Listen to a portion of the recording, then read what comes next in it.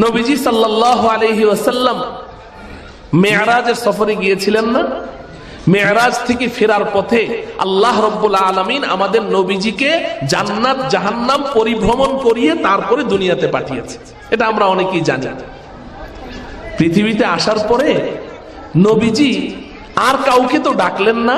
বুখারী শরীফের মধ্যে এসেছে নবীজি ডাকলেন এমন একটা মানুষকে, যেই মানুষটা কৃতদাস গোলাম, কেনা গোলাম, আজাদ নয়, স্বাধীন নয়, কৃতদাস গোলাম, হাবশী, চেহারা এত অসুন্দর, কালো, ঠোঁটগুলো মোটা মোটা, নিচ দিকে এইভাবে ঝুলে পড়ে আছে, শরীর থেকে ঘামের দুর্গন্ধ ছড়ায়, এমন একটা কৃতদাস গোলাম, অসুন্দর। আপনি একটা মানুষ কত অসুন্দর হতে পারে আপনি কল্পনা করেন, আপনার কল্পনাকেও হার মানাবে, এতটা চেহারা অসুন্দর, বিশ্রী চেহারা। এমন একজন সাহাবীকে নবীজি ডাকলেন, নাম হলো হযরতে বেলালে হাবশী রাদিয়াল্লাহু তাআলা। বেলালকে ডেকে বললেন, বেলাল, আমি যখন জান্নাত পরিভ্রমণে ঢুকলাম তো আমি আমার আগে আগে তোমার পায়ের শব্দ শুনতে পেরেছি। বেলালের দাম এত বাড়লো কিসের কারণে? বলেন না কিসের কারণে?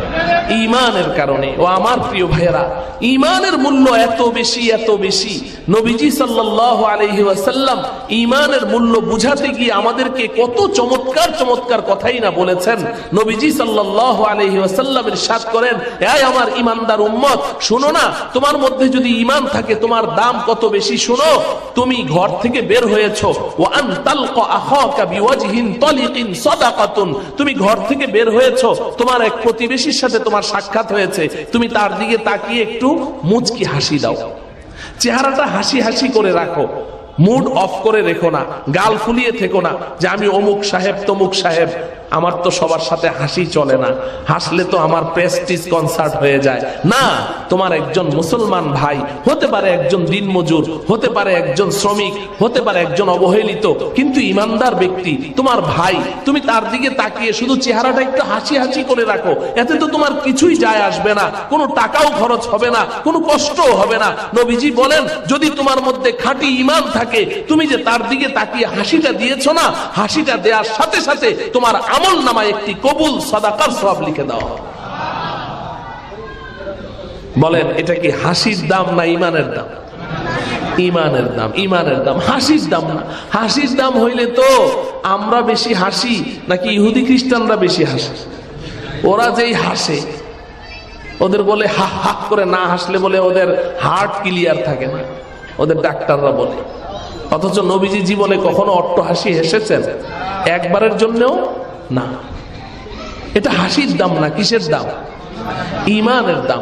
নবীজি সাল্লাল্লাহু আলাইহি ওয়াসাল্লাম বলেন, হাত্তা আন তারফা লুকমাতান ফি ফিমরাতিকা সাদাকাতুন। এই আমার ঈমানদার উম্মত, শোনো, তোমার মধ্যে যদি ঈমান থাকে তাহলে শোনো ঈমানের দাম কত। তুমি দস্তরখান বিছিয়ে খানা খেতে বসেছো, দস্তরখানের অপর প্রান্তে তোমার প্রিয়তমা স্ত্রী বসে বসে তোমাকে খাবার বেড়ে দেয় আর তুমি বসে বসে খাও। নবীজি বলেন, খানা খেতে খেতে একটা লুকমা খাবার তোমার বিবির মুখে দিয়ে দাও। কিরে ভাই, অনেক কষ্টের কাজ, কথা বলে না, অনেক কষ্ট, কঠিন। একটা লোকমা খাবার যদি আমি বিবির মুখে দিয়ে দেই, এটা কি আমার অনেক কষ্টের কারণ হবে? খাবার শর্ট পড়ে যাবে, পেটে ক্ষুধা থেকে যাবে, সহজ কাজ। কিন্তু আমি যদি এখন প্রশ্ন করি, করছি কয়জনে? কাজটা তো সহজ, করি কয়জনে? তাহলে একজনও হাত উঠাবে না। কেউ যে নেই এমনটি নয়, দুই একজন থাকতেও পারে শরমে হাত উঠাবে না, কিন্তু অধিকাংশদের অবস্থা হলো যে ভুলেও এই কাজটা আমরা করি না। এটা রাসূলের সুন্নাহ, রাসূলের সুন্নাহ। তুমি খানা খেতে বসে একটা লোকমা খাবার বিবির মুখে তুলে দিয়েছো, তোমার তো এমন কিছুই যায়নি, কিছুই তো তোমার যায়নি, কিন্তু অপরদিকে তুমি তোমার বিবিকে মূল্যায়ন করেছো, অনেক কষ্ট করে খাবারটা রান্না করেছে, আগুনের তাপ সহ্য করে খাবার রান্না করেছে। তুমি তো মনে করো, অনেকেই বলেও ফেলে যে হুজুর এত কষ্ট করি, সারাদিন গাধার মতো খাটাখাটনি করে টাকা ইনকাম করি, বাজারও করি, ঘরে এনে বাজার দেই, একটু রান্নাই তো করে, আর কি করে? এমন ভাবসাব এমন যে মনে হয় যেন অনেক কাজ করে। আরে ভাই, আমার কথা না, চিকিৎসা বিজ্ঞানীদের কথা। একজন পুরুষ সে যতই পরিশ্রমী হোক না কেন, যতই পরিশ্রমী হোক, সারা দিন সে যতই খাটাখাটনি করুক, একজন পরিশ্রমী পুরুষের চেয়ে একজন নারী ঘরের ভেতরে দৈনন্দিন অন্তত পক্ষে কম পক্ষে 20 গুণ বেশি হাঁটা চলা করে। একটা পুরুষ বাইরে যেই পরিমাণ হাঁটে, ঘরের ভিতরে একটা মহিলা তার চেয়ে কত গুণ বেশি হাঁটে? 20 গুণ বেশি হাঁটে। আপনি ঘরে যান, ঘরে গিয়ে দেখেন না, যতক্ষণ ঘরে থাকি এক গ্লাস পানিও তো নিজে নিয়ে খাই না। পানির পিপাসা লেগেছে, এই পানি দাও তো একটু, এই ওইটা দিয়ে ওইটা দাও, ভাত খেতে বসলাম, এই লবণ নিয়ে আসো, এই ঝুটার পাটি নিয়ে আসো। খালি ওয়ার্ডার একটার পর একটা চলছে, একটার পর একটা চলছে। আপনি ঘরে যতক্ষণ থাকেন কল্পনা করে দেখেন তো আপনি কতদূর হাঁটাহাঁটি করেন, আর আপনার বিবি কি করে? সারাক্ষণ হাঁটছে, সারাক্ষণ হাঁটার মধ্যে এই সমস্যা ওই সমস্যা, বাচ্চা কোথায় পায়খানা করে দিল, পেশাব করে দিল, কি পাকঘরে কি হলো, ঘর মোছা, ঝাড়ু দেওয়া, এটা করা ওটা করা, সারাদিন কিন্তু সে ঘরের মধ্যে হাঁটা চলার মধ্যে আছে। একটু মূল্যায়ন করা চাই, একটু মূল্যায়ন করা চাই, আর কিছুই না। আল্লাহ, আমি তো অনেক সময় এমন বলি যে কিছু মহিলা এমনও তো আছে যেই মহিলা নামাজের মধ্যে এতটা মনোযোগী না, রান্নায় যত মনোযোগী। রান্নায় সে যতটা সতর্ক থাকে, নামাজেও এত সতর্ক না। কেন? কারণ আমি যে রান্নাটা করছি, আমার প্রিয়তম স্বামী এই রান্নাটা, এই খাবারটা খাবে, আমি এত কষ্ট করে রান্না করছি, যদি একটু লবণ বেশি হয়ে যায়, যদি একটু হলুদের গন্ধ থেকে যায়, যদি মরিচের গুঁড়াটা একটু বেশি হয়ে গেল, আমার স্বামী তো খাবারটা পছন্দ করবে না, আমার পুরা চেষ্টাটাই তো বৃথা যাবে। এত মনোযোগের সাথে রান্নাটা করে, তো তুমি তো বসে বসে খালি মন্তব্য করছো, আজকে খুব খোঁচা মেরে কথা কয়, বাজারে তো মরিচের ঝাল অনেক বেশি, আবার কয় যে লবণের দাম মনে হয় কমে গেছে, মানে লবণটা বেশি হয়েছে, তো ইশারা ইঙ্গিতে খালি খোঁচা মারতে থাকে। তো এই যে খোঁচাগুলো তুমি মারছো হেসে হেসে, এক একটা কিন্তু তার কলিজার মধ্যে তীরের মতো বিদ্ধ হচ্ছে। রান্না করা এত সহজ কাজ না, আমি জানি না, কিন্তু আমার জীবনে যতটুকু মনে পড়ে, জীবনে আমি একবার শুধু ভাত রান্না করেছিলাম জীবনে।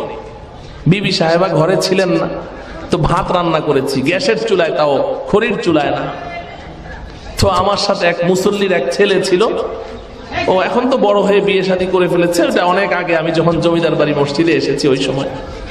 তো এই ছেলেটা 10-12 বছর বয়স। তো ভাতটা রান্না করে যখন প্লেটে বাড়ছি, তো ওই ছেলেটা বলছে, হুজুর এটা দিয়ে তো পোস্টার লাগানো যাবে। ভাত দিয়ে কি লাগানো যাবে? পোস্টার লাগানো যাবে। তো বুঝেন, তো বলার উদ্দেশ্য হলো যে নবীজি সাল্লাল্লাহু আলাইহি ওয়াসাল্লাম আমাদেরকে এত খুঁটিনাটি শিক্ষা আমাদেরকে দিয়ে গেছেন। ও ভাই, নিজের বিবিকে খুশি করার জন্য কত পয়সা খরচ করি, কত গুনাহের কাজের সাথে জড়াই বিবির মুখে হাসি ফুটানোর জন্য। কত মানুষ বিবির চাহিদা পূরণ করার জন্য হালাল হারাম বাছে না, হালাল ইনকামে বিবির চাহিদা পূরণ হয় না, তো হারাম ইনকাম শুরু করে বিবিকে খুশি করার জন্য। ওই কক্সবাজার যায়, সিঙ্গাপুর যায়, মালয়েশিয়া যায়, ঘুরতে যায়, আরো কত গুনাহগার কত কিছু করে বিবিকে খুশি রাখার জন্য। কিচ্ছু করা লাগবে না, শুধু আপনি আপনার পারিবারিক জীবনে নবীজির সুন্নাহগুলোকে আপনি অ্যাপ্লাই করেন, প্র্যাকটিস করেন, দেখবেন ঘরে এত সুখ ঠেলে ঘর থেকে বের করতে পারবেন না। নবীজির সুন্নাহ। আম্মাজান হযরতে আয়েশা রাদিয়াল্লাহু তাআলা আনহা নবীজির ঘরে যখন এসেছেন, হযরতে আয়েশার বয়স ছিল মাত্র 9 বছর। কয় বছর? মাত্র 9 বছর বয়সের একটা মেয়ে, একটা বাচ্চা যার ঘরে আসলেন, তার বয়স তখন 53 বছর। কত বছর? 53 বছর। ও আমার প্রিয় ভাইয়েরা, একটু কল্পনা করে দেখেন, 53 বছর বয়স। আমার বয়স তো এখনো 53 বছর, 50ও হয় নাই। আমাকে দেখেন কত বুড়া হয়ে গেছি। আপনি 53 বছর বয়স যদি আপনার হয়, আপনি যত সুঠাম দেহের অধিকারী একজন সুপুরুষ হন, যতই ধনী হন, 9 বছরের একটা মেয়ে আপনার ঘরে একদিনও থাকতে রাজি হবে? কথা বলেন না কেন? কিন্তু আম্মাজান হযরতে আয়েশা রাদিয়াল্লাহু তাআলা আনহা নবীজির ঘরে যে আসলেন, 53 বছর বয়সের এক বুড়ার ঘরে আসলেন, হযরতে আয়েশার কি কোনো অভিযোগ ছিল? কোনো অবজেকশন ছিল? একদিনও বাবার কাছে গিয়ে, মার কাছে গিয়ে বলেছে যে আমি এই বুড়ার ঘরে থাকবো না? বলেছে? কেন? কোন অভিযোগ তো দূরের কথা। হযরতে আয়েশা নবীজির ব্যাপারে কি বলে জানেন? হযরতে আয়েশা উনি ভালো শায়েরা ছিলেন, ভালো কবিতা লিখতে জানতেন, কবিতা বলতে জানতেন। হযরতে আয়েশা বলেন, লানা শামসুন ওয়ালিল আফাকি শামসুন, লানা শামসুন ওয়ালিল আফাকি শামসুন ওয়া শামসি আফদালু শামসিস সামাই ফাইন্নাশ শামসা তাতলাউ বা'দা ফাজরিন ওয়া শামসি তাতলাউ বা'দাল ইশাই। হযরত আয়েশা বলেন, এই দুনিয়ার মানুষ শোনো, আকাশেরও একটা সূর্য আছে, আমারও একটা সূর্য আছে। সুবহানাল্লাহ বলেন। আকাশেরও একটা সূর্য আছে, আমারও একটা সূর্য আছে। প্রশ্ন জাগে, ও আয়েশা, তোমার আবার সূর্য কোত্থেকে আসলো? উনি জবাব দিচ্ছেন, ওয়া শামসি আফদালু শামসিস সামাই। আরে আমার সূর্যের কথা তো আমি পরে বলছি, আগে শুনো, আকাশের সূর্যের চেয়ে আমার সূর্যটা আরো বেশি সুন্দর, আরো অনেক বেশি শ্রেষ্ঠ এবং উত্তম। কিন্তু সূর্যটা কি? হযরত আয়েশা বলছেন, ফাইন্নাশ শামসা তাতলাউ বা'দা ফাজরিন ওয়া শামসি তাতলাউ বা'দাল ইশাই। এই দুনিয়ার মানুষ, জানতে চাও আমার সূর্যটা কি? আকাশের সূর্যটা ফজরের নামাজের পরে পূর্বাকাশে উদিত হয়, আর আমার সূর্যটা এশার নামাজের পরে আমার ঘরে উদিত হয়। দেখেন স্বামীর প্রতি কি মোহাব্বত, কি ভালোবাসা, কি ভালোবাসা। এটার একটা কারণ তো অবশ্যই যে আল্লাহর পয়গম্বরের প্রতি উম্মতের ভালোবাসা তো থাকবেই। কিন্তু নবীজি সাল্লাল্লাহু আলাইহি ওয়াসাল্লাম তার আখলাক, তার চরিত্র কেমন ছিল? যে 9 বছরের আয়েশা, নবীজির ঘরে আল্লাহ রাব্বুল আলামিন একজন দুইজন করে করে 11 জন স্ত্রী পাঠিয়েছে। 11 জন স্ত্রীকে নবীজির ঘরে পাঠিয়েছে, যারা ইসলামের দুশমন, যারা ইসলাম বিদ্বেষী, তারা এগুলো নিয়ে সমালোচনা করে। কিন্তু ওই সকল মূর্খ অর্বাচীনেরা তারা জানে না যে নবীজি সাল্লাল্লাহু আলাইহি সাল্লাম তো তার চাহিদা পূরণ করার জন্য এতগুলো বিবাহ তিনি করেননি। যদি তিনি তার চাহিদা পূরণের জন্য বিবাহ করতেন, তাহলে নবীজির জন্য কমপক্ষে 4000 স্ত্রীর প্রয়োজন ছিল। কারণ কি জানেন? হযরতে আনাস রাদিয়াল্লাহু তাআলা আনহু বলেন যে আমাদের নবীজিকে আল্লাহ রাব্বুল আলামিন 40 জন জান্নাতি পুরুষের শক্তি দান করেছেন। আর তিরমিজি শরীফের হাদিসে আছে, এক একজন জান্নাতি পুরুষকে এই পৃথিবীর 100 জন পুরুষের শক্তি দান করা হবে। তো তাহলে কত হলো? নবীজির শরীরে 4000 পুরুষের শক্তি ছিল। তো নবীজি যদি তার প্রয়োজনে বিবাহ করতেন তো 4000 স্ত্রীর দরকার ছিল। দ্বিতীয় নাম্বার কথা হলো, আপনারা সবাই কম বেশি জানেন নবীজি সাল্লাল্লাহু আলাইহি সাল্লাম তার জীবনের পুরা যৌবনটা 25 বছর বয়স থেকে শুরু করে একেবারে 50 বছর পার করা পর্যন্ত নবীজি একজন বৃদ্ধা মহিলা নিয়ে তার জীবনটা পার করেছে। ঠিক কিনা বলেন? হযরতে খাদিজা, নবীজির বয়স 25, তখন তিনি বিবাহ করলেন 40 বছর বয়স্কা একজন রমণী হযরতে খাদিজাকে। ও যুবক, খুব ভালো করে চিন্তা করো, তোমার বয়স যদি 25 বছর হয় আর তোমাকে যদি বলা হয় যে 40 বছর বয়সের অমুক মেয়েটা বিয়ে করবি, তুমি তো আজকে রাতের অন্ধকারেই পালিয়ে জান বাঁচাতে চেষ্টা করবে, আজকেই পালাবে তুমি। নবীজি সেই 25 বছর বয়স থেকে পুরোটা যৌবন তিনি কাটিয়ে দিলেন একটা বৃদ্ধা মহিলাকে। নবীজির চেয়ে 15 বছর বয়সে বড় হযরতে খাদিজা, তাহলে নবীজির বয়স যখন 50, তখন খাদিজার বয়স 65। আপনি বলেন। আর খাদিজা যতদিন জিন্দা ছিলেন অতদিন পর্যন্ত নবীজি তো আর একটা বিবাহ করেননি। হযরতে খাদিজার ইন্তেকালের পরে আল্লাহ পাকের নির্দেশে একটা একটা করে বিবাহ করেছেন। সবাই ছিল বিধবা, কারো পূর্বে 3 বারও বিবাহ হয়েছে, 2 বার 1 বার বিবাহ হয়েছে, বিধবা নারীদেরকে বিবাহ করেছেন। শুধুমাত্র হযরতে আয়েশা রাদিয়াল্লাহু তাআলা আনহা, তাকে তো হযরতে জিবরিল আলাইহিস সালাম আল্লাহ পাকের পক্ষ থেকে এসে হাদিয়া দিয়েছেন। একেবারে রেশমি রুমালের ভিতরে এক হাদিসে এসেছে, রেশমি রুমাল দিয়ে ঢাকা। হযরতে জিবরিল আলাইহিস সালাম নবীজিকে বললেন, ইয়া রাসূলুল্লাহ, এই রুমালটা খুলেন। তো নবীজি রুমালটা খুলে দেখলেন একটা বাচ্চা মেয়ের ছবি। বলে, এটা কি? বলে, আল্লাহ তাআলা এর সাথে আপনার বিবাহের ব্যবস্থা করেছেন। মুহতারাম হাজিরিন, তো আমি যে কথা বলছিলাম, নবীজি বলছেন, হাত্তা আন তারফা লুকমাতান ফি ফিমরাতিকা সাদাকাতুন। ছোট্ট একটা কথা, খানা খেতে বসেছো, 1 লুকমা খাবার তোমার বিবির মুখে দাও না, তাকে একটু মূল্যায়ন করো, তাতে তোমার কোনো ক্ষতি হবে না। বরং তুমি যদি ঈমানের মালিক হও, এই একটা লুকমা খাবার তুমি বিবিকে দিয়েছো, একটু আদর করেছো, একটু সোহাগ করেছো, কিন্তু বিনিময়ে কি হয়েছে জানো? সাথে সাথে তোমার আমল নামায় একটা কবুল সাদাকার সওয়াব লিখে দেওয়া। আমলটা করতে পারবো না? পারবো তো ইনশাআল্লাহ। প্রথম শুরু করতে কঠিন, প্রথমবারটা একটু কঠিন হয়ে যাবে, একবার শুরু করলে এরপর থেকে সহজ হয়ে যাবে, ঠিক কিনা বলেন? একটা ছোট্ট থেকে ছোট্ট কাজ না করতে করতে বড় জটিল হয়ে যায়, না করতে করতে কঠিন হয়ে যায়। বর্তমান দুনিয়ার শ্রেষ্ঠ একজন মুবাল্লিগে ইসলাম, একজন দাঈ, হযরত মাওলানা তারেক জামিল দামাত বারাকাতুহু। আমরা অনেকেই তার বয়ান শুনি। আলমী একজন দাঈ, ইন্টারন্যাশনাল, গোটা পৃথিবীব্যাপী যিনি দাওয়াতে ইসলামের খিদমত করে থাকেন। উনি একটা চমৎকার ঘটনা শুনিয়েছেন। ওনার এক ভক্ত ওনার কাছে আসে, মাঝে মধ্যে আসে, এসে চুপচাপ বসে থাকে, কিন্তু যদি কথা বলার চান্স পায়, যতক্ষণ কথা বলে অতক্ষণ খালি নিজের স্ত্রীর বিরুদ্ধে খালি অভিযোগ করতে থাকে। এমনি চুপচাপ, কিন্তু যখনই কথা বলার সুযোগ পায় খালি বিবির বিরুদ্ধে কি অভিযোগ, বিবির এই সমস্যা, ওই সমস্যা, এই সমস্যা, ওই সমস্যা, হাজারো অভিযোগ করতে থাকে। তো হযরত বলেন যে তার অভিযোগ শুনতে শুনতে আমার কাছে বড় অবাক লাগলো যে একটা মহিলা এত খারাপ হইতে পারে, এত অভিযোগ তার বিরুদ্ধে।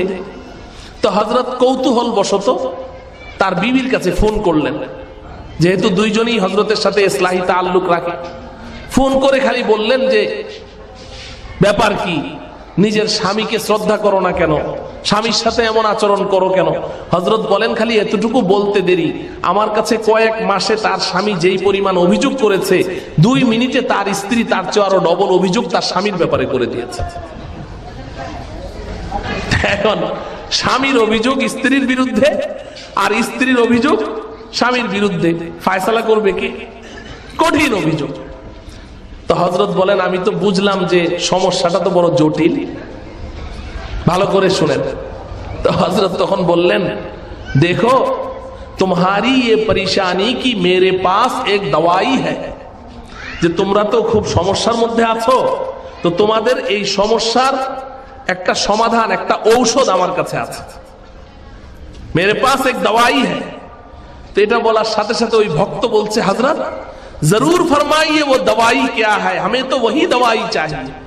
তো তাড়াতাড়ি বলেন ওই ঔষধ কি, আমাদের তো ওই ঔষধ দরকার, বড় অশান্তির মধ্যে আছে, আপনি একটু বলে দেন ওই ঔষধটা কি, যার দ্বারা আমাদের এই পেরেশানি দূর হবে।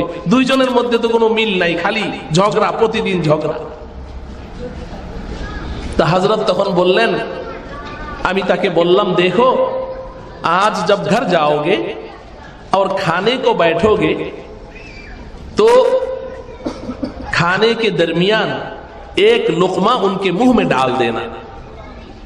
आज के যখন ঘরে যাবে, খেতে বসবে, খেতে খেতে 1 লুকমা খাবার তোমার বিবির মুখে দিয়ে দিবে।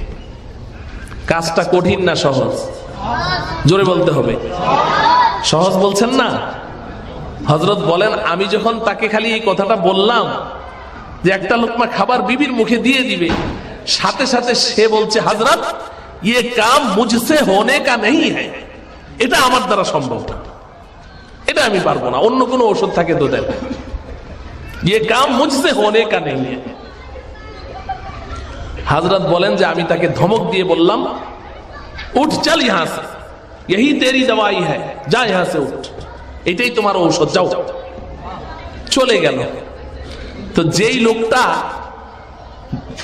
প্রায় প্রতিদিন বা 2-3 দিন পর পরই হযরতের কাছে আসে, গেল তো গেল, 2 সপ্তাহ পার হয়ে গেছে, আর সে আসে না। তা হযরত বলেন যে ব্যাপারটা কি? তা হযরত ফোন দিলেন, ফোন দিয়ে বলছেন, क्या बात है, वो काम किया है, কি খবর, কাজ ওইটা করেছো? অপর প্রান্ত থেকে জবাব দিচ্ছে, হযরত मैंने 12 कोशिश की, मैंने 12 कोशिश किया, मगर मेरा हाथ उधर जाता ही नहीं। আমি বারবার চেষ্টা করি কিন্তু আমার হাত ওই পর্যন্ত যায় না।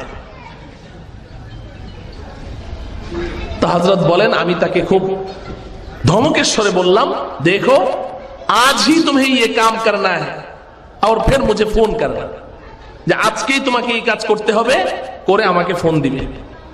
এখন আর যাবে কোথায়? হযরত বলেন রাত 11টায় ফোন এসছে।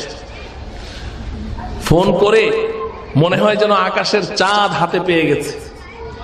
সে ফোন করে বলছে, হযরত আলহামদুলিল্লাহ मैंने वो काम कर लिया, হযরত আলহামদুলিল্লাহ কাজ ওটা করে ফেলেছি। খুব উচ্ছ্বাসের সাথে, আনন্দের সাথে আমি কাজ ওটা করেছি।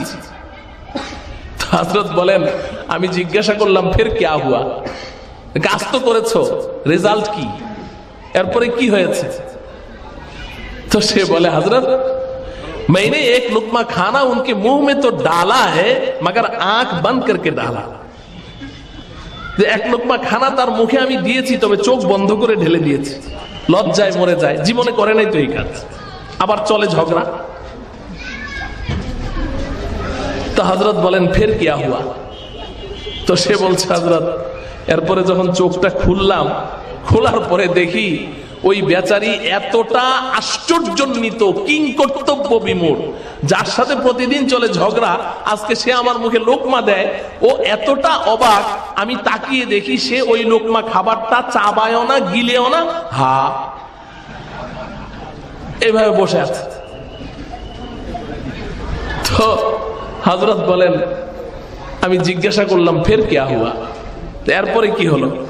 তো সে বলছে, হযরত আমি তখন তাকে বললাম যে দেখো मैंने तो तुम्हारे मुंह में कोई जहर नहीं डाला, আমি তোমার মুখে তো কোনো বিষ ঢেলে দেইনি, जो खाना मैं खा रहा था वही तो डाला है, ठीक है खा लो, আমি যেই খানা খাচ্ছিলাম ওটাই তো দিয়েছি, খেয়ে নাও। তো এরপরে সে ওই খাবারটা খেলো। খাওয়ার পরে তার বিবি তাকে একটা কথা বলেছে, বলছে, হযরত ওই কথাটা তো আপনাকে বলতে শরম লাগছে। হযরত বলেন শোনাও না কি বলেছে। ওই লোকমা খাবারটা খেয়ে আমার বিবি আমাকে বলছে, তুঝে কিসনে ইনসান বানায়া, তোমারে মানুষ বানাইলো কে? আল্লাহ, তোমারে মানুষ বানাইলো কে? দেখেন ছোট্ট একটা আমল, ছোট্ট একটা আমল, আল্লাহ এটা করেন। দেখেন আম্মাজান হযরতে আয়েশা সিদ্দিকা রাদিয়াল্লাহু তাআলা আনহা বলেন, আমি আমার স্বামীর সাথে খেতে বসতাম, তো খানার মাঝখানে আমি পানি পান করব, পেয়ালাটা হাতে নিয়েছি, নবীজি বলতেন, আয়েশা সবটুকু পানি শেষ করে দিও না, আমার জন্য একটু রেখে দাও। তা আমি একটু পানি রেখে পেয়ালাটা রাখার সাথে সাথে নবীজি আমার সামনে পেয়ালাটা হাতে তুলে নিতেন। এরপরে আমাকে দেখিয়ে দেখিয়ে যেই কিনারায় আমি মুখ লাগিয়ে, যেই জায়গাটায় মুখ লাগিয়ে পানি পান করেছি, নবীজি ঠিক ওই জায়গায় মুখ দিয়ে বাকি পানিটুকু পান করে নিতেন। কখনো আমার হাত থেকে গোশতের একটা টুকরা কেড়ে নিতেন, কেড়ে নিয়ে আমি যেই জায়গায় কামড় দিয়েছি ঠিক ওই জায়গাটায় কামড় বসিয়ে নবীজি বাকি অংশটুকু খেতেন। আল্লাহ রব্বুল আলামিন আমাদেরকে এই আমলগুলো করার তৌফিক দান করুন। অশান্তি দূর হয়ে যাবে, এত অভিযোগ আর থাকবে না। বারবার এসে খালি অভিযোগ করে, আমাদের কাছেই তো করে, আর যাবে কোথায়? বিরোধিতাও আমাদেরই করে, আবার দুঃখের কষ্টের কথাগুলো তো আমাদের কাছে এসে বলে। অসুস্থ